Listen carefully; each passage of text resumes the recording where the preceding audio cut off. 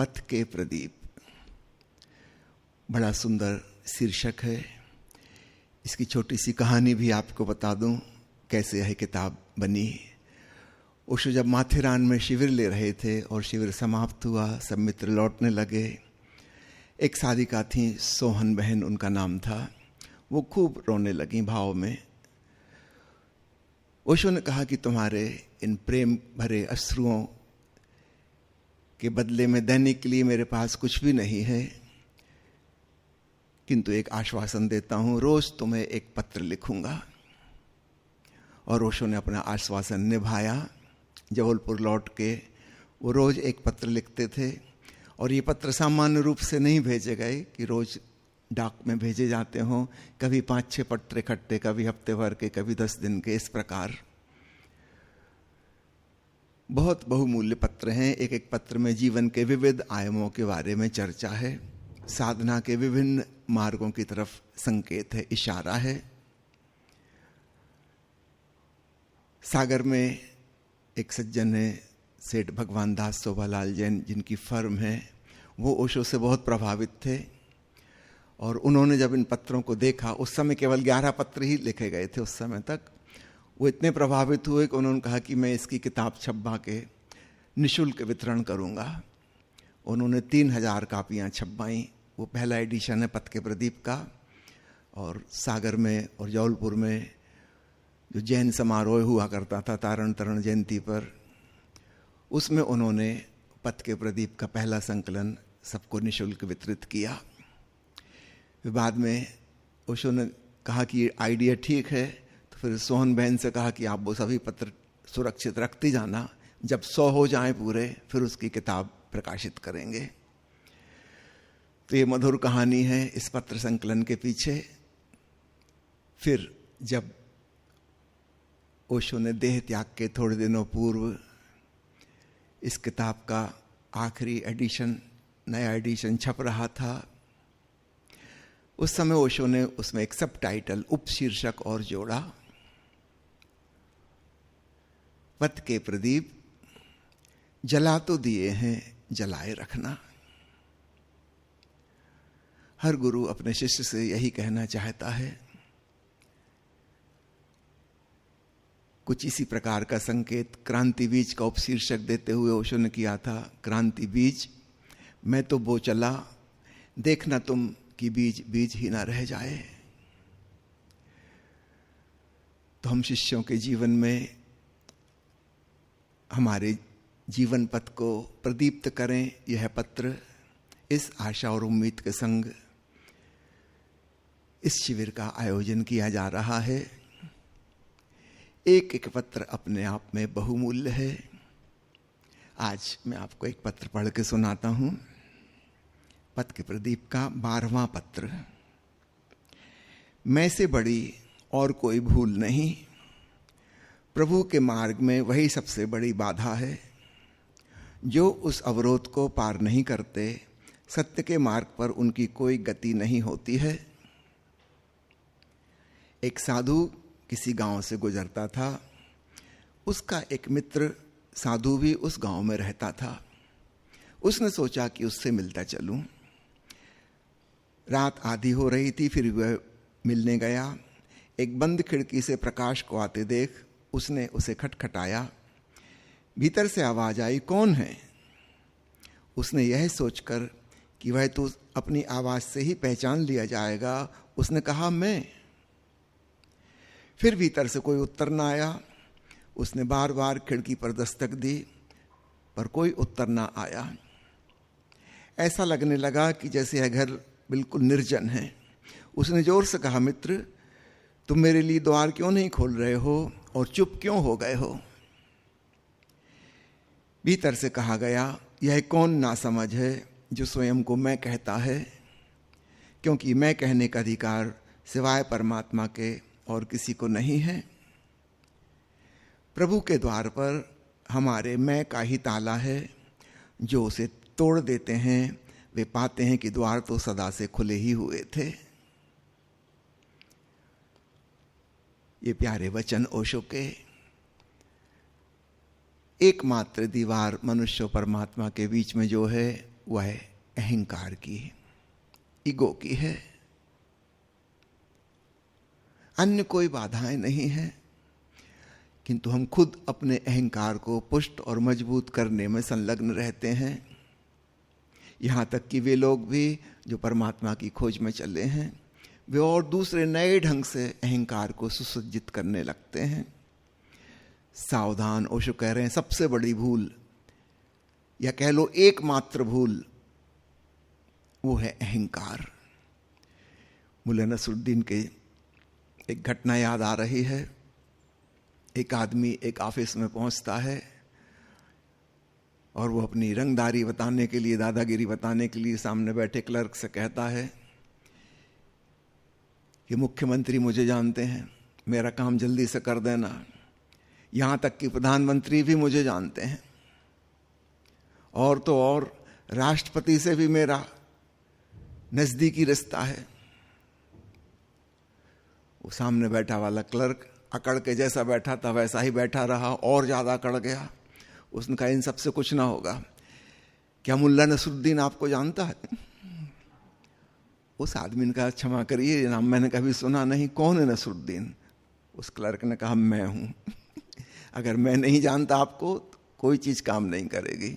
मुख्यमंत्री, प्रधानमंत्री, राष्ट्रपति कोई काम नहीं कर सकते। हम सबको यही भाव है, अपने आप को हम बहुत महत्वपूर्ण मानते हैं। अरब में कहावत है कि जब परमात्मा इंसान को बनाता है तो चुपचाप अकेले में ले जाता है और कान में फुसफुसा के कहता है कि सुनो, आज तक तुमसे अच्छा इंसान मैंने नहीं बनाया। ये भारी मजाक उसने की है, और परमात्मा की मजाक बड़ी ही होगी। गंभीरता से उसने कहा है कि तुमसे श्रेष्ठ आदमी नहीं बनाया। तुम जाओ धरती पे और अन्य लोगों को सुधारो, उन्हें ठीक करो।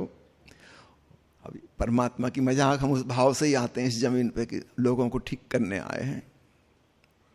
हम तो सही हैं, हमसे ज्यादा सही कोई हो ही नहीं सकता। हर व्यक्ति यही मान के चलता है।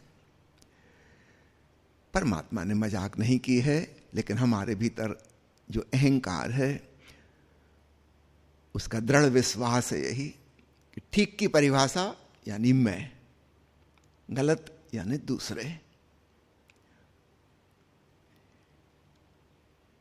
इस अहंकार को हम भांति भांति से पुष्ट करने की कोशिश करते रहते हैं। कोई धन के द्वारा, कोई पद के द्वारा, कोई यश और प्रतिष्ठा के द्वारा, कोई ज्ञान और विद्वता के द्वारा, कोई फिर धार्मिक क्रियाकांडों से, कोई त्याग करके, तपस्या करके, शास्त्रीय अध्ययन करके, शास्त्रों को कंठस्थ करके। बहुत उपाय हैं अपने आप को महान बताने के। हम अपने और परमात्मा के बीच दीवार उठाते जाते हैं, उठाते जाते हैं। यह अहंकार कैसे जन्मता है? निश्चित रूप से जब हम जन्मते हैं तब हमारे भीतर कोई अहंकार नहीं होता।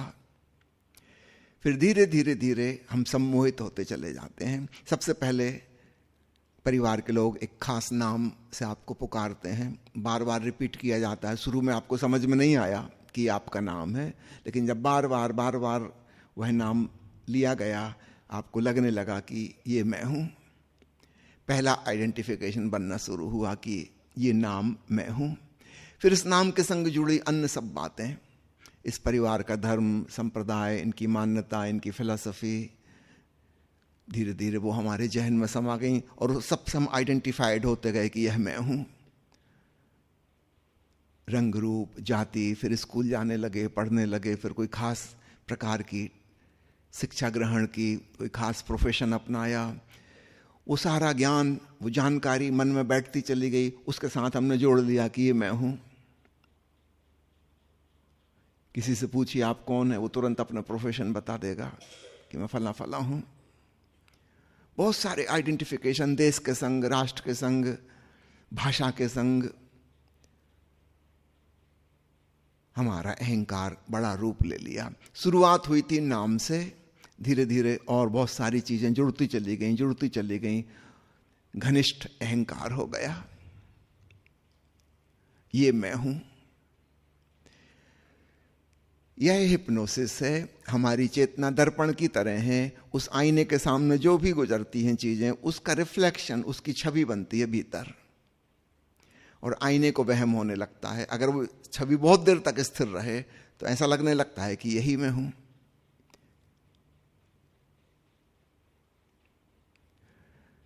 हमारे अहंकार में जितनी भी धारणाएं हैं वो सब इस प्रकार से बनी। उस दर्पण में छवि है, लंबे देर तक से टिकी है, हम उसको मानने लगे कि ये आईने के भीतर ही है, यही आईना है। हम अपने मूल स्वभाव को, दर्पण को भूल गए और उस छवि के साथ हम सम्मोहित हो गए, हिप्नोटाइज्ड हो गए। हमारे मन की जो हिप्नोसिस की क्षमता है वो अद्भुत है। हम किसी भी चीज के साथ तादाद में जोड़ सकते हैं और थोड़ी देर में वो जुड़ जाता है, विशेषकर रिपीटिशन के द्वारा। ओशो ने एक प्रवचन में उल्लेख किया है कि लंदन में ऑक्सफोर्ड यूनिवर्सिटी में एक प्रयोग किया जा रहा था। बुद्ध पूर्णिमा के दिन उन्होंने श्रीलंका से कुछ भिक्षुओं को बुलाया था जो ये डिमॉन्स्ट्रेट करने वाले थे कि बुद्ध पूर्णिमा में बुद्ध का स्मरण करते हुए अग्नि पे, अंगारों पे वे चल सकते हैं और जलेंगे नहीं। बड़ी भीड़ इकट्ठी हुई थी और यूनिवर्सिटी का रिसर्च डिपार्टमेंट अपना काम कर रहा था इस प्रयोग की सच्चाई देखने के लिए, क्या ये हो पाता है कि नहीं हो पाता है। तो कोई 25 बौद्ध भिक्षु आए थे। आग जलाई गई अंगारों पर। जब उन्होंने चलना शुरू किया तो 24 पार हो गए, एक भिक्षु जल गया। और उनको चलते देखकर एक और हैरानी की बात हुई। ऑक्सफोर्ड यूनिवर्सिटी का प्रोफेसर, जो ना तो बौद्ध है, ना उसको बुद्ध पूर्णिमा से कुछ संबंधित है उसका, वो धार्मिक भी नहीं है, नास्तिक है, उसको अचानक भाव पैदा हुआ कि अरे जब इतने लोग चल रहे हैं और नहीं चल रहे तो मैं भी चल सकता हूं।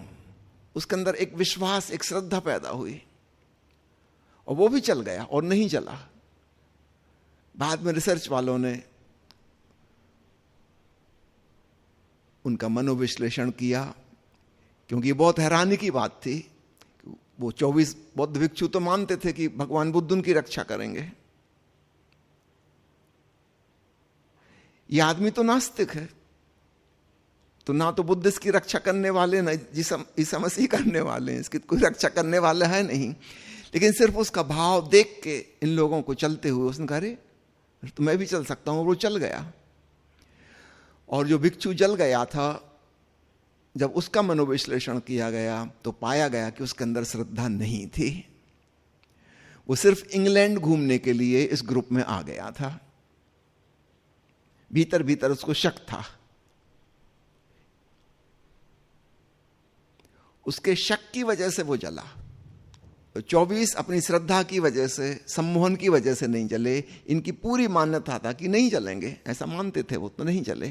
वो एक जो था सिर्फ इंग्लैंड घूमने के चक्कर में आ गया था, उसको भरोसा था नहीं, वो शंका से भरा हुआ चल रहा है, उसके पैर जल गए। और ऑक्सफोर्ड का प्रोफेसर चूंकि श्रद्धा से भरा था, वो नहीं चला। तो कुल मिला के हमारे मन की मान्यता है, हम मान लेते हैं कि नहीं जलेंगे तो नहीं जलेंगे। अगर भीतर शक आ गया कि जल जाएंगे तो फिर पक्का है जल जाएंगे। हमारा मन बहुत अद्भुत है और हमारा तन उसको फॉलो करता है, उसका अनुकरण करता है। एक साइकोसोमेटिक कॉम्प्लेक्स तन मन का संयुक्त रूप है। मन तन को प्रभावित करता है, तन मन को प्रभावित करता है। इस बात से समझना कि किस प्रकार हम हिप्नोटाइज्ड हो सकते हैं, तब ख्याल में आ जाएगा कि कैसे हम अहंकार से हिप्नोटाइज्ड हो गए। रोज रोज रोज मानते मानते कि ये मैं हूं, ये मैं हूं, ये मैं हूं। रोज आप आईने के सामने अपनी शक्ल सूरत देखते हैं, धीरे धीरे धीरे उस रंग रूप, इस शक्ल आकृति से आप हिप्नोटाइज्ड हो गए कि ये मैं हूं। लंबे समय में वो बदलेगी, लेकिन आपको पता नहीं चलेगा। क्रमिक रूप से धीरे धीरे धीरे धीरे रोज सब बदल रहा है। तो जो नया रूप आता जा रहा है, हम उसके साथ चेंज होते जा रहे हैं। हमारी धारणा, मैं की धारणा, रंग रूप की जो धारणा वो बदलती जा रही। अचानक चेंज हो जाए तो शायद हम भौचक के रह जाएंगे। जरा कल्पना करो, रात को आप सोए थे और आपको कुछ बेहोशी की दवा दे दी गई और जनरल एनेस्थीसिया दे के फिर आपकी पूरी स्किन चेंज कर दी गई, किसी नीग्रो की चमड़ी लगा दी गई। दूसरे दिन सुबह जब एनेस्थीसिया का असर समाप्त हुआ, आपको कुछ पता नहीं कि क्या हो चुका है। आप अपने बाथरूम में गए और आईने के सामने खड़े हुए, तो आपके मुंह से क्या निकलेगा? आप यही कहोगे, अरे ये कौन है? क्योंकि इससे आइडेंटिफिकेशन नहीं है कि ये मैं हूं, सब कुछ दूसरा हो चुका है। लेकिन फिर आश्चर्य भी होगा कि हूं तो मैं ही, भीतर भीतर तो हम जानेंगे कि मैं हूं। तो वो मैं कौन है जो भीतर से अभी भी जान रहा है कि मैं हूं, और ये कौन है जो कंफ्यूज्ड हो रहा है कि ये कौन है?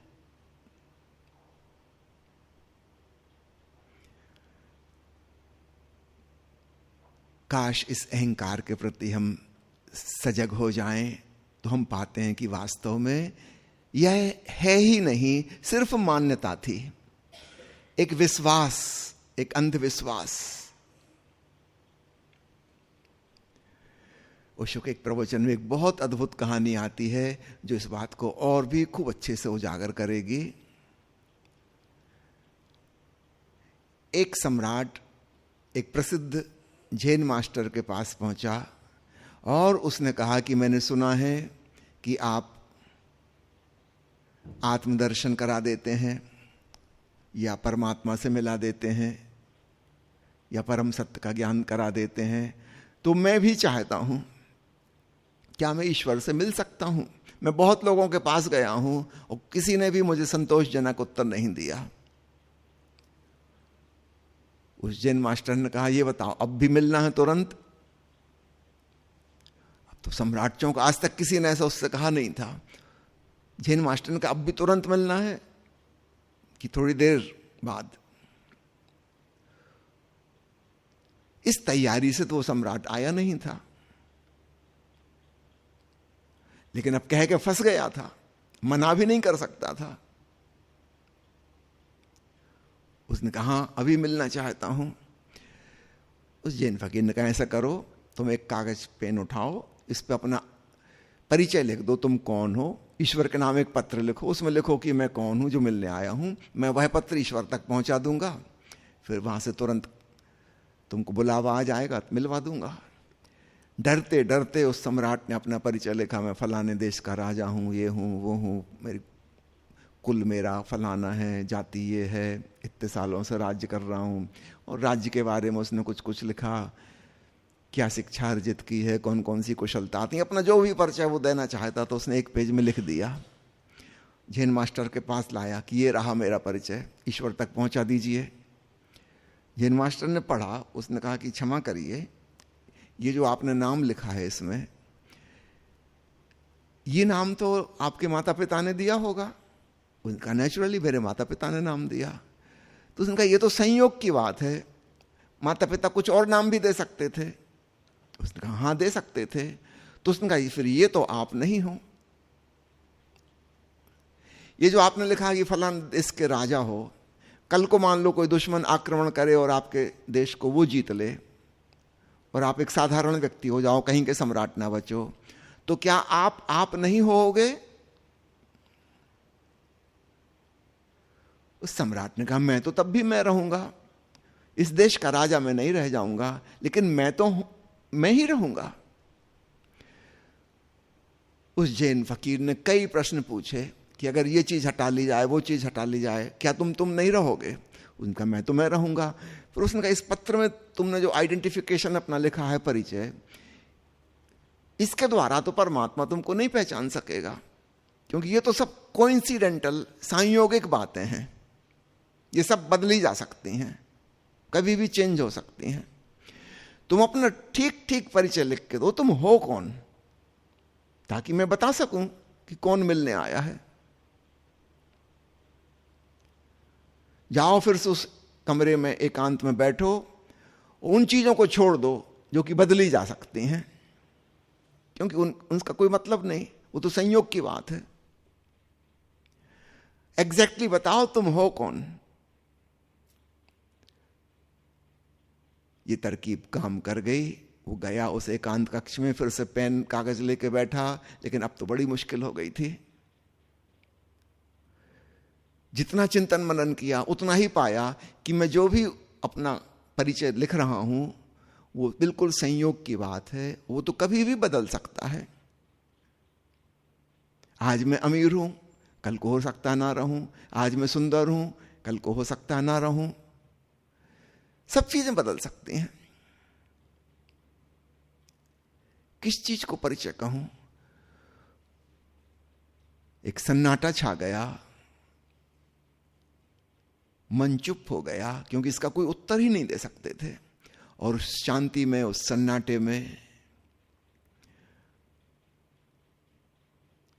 सुनाई पड़ने लगी अनहद नाथ की धुन। जैन फकीर स्वयं वहां पहुंचा उस कमरे में। उस सम्राट ने आश्चर्य मिश्रित ढंग से उसको देखा। एक शून्य उस तरफ था, एक शून्य इस तरफ था। बीच में कोई शब्द ना थे, विचार ना थे।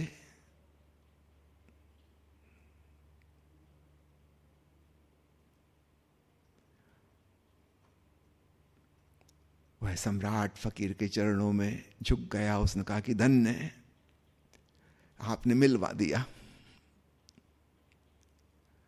आपने अपना वायदा पूरा कर दिया।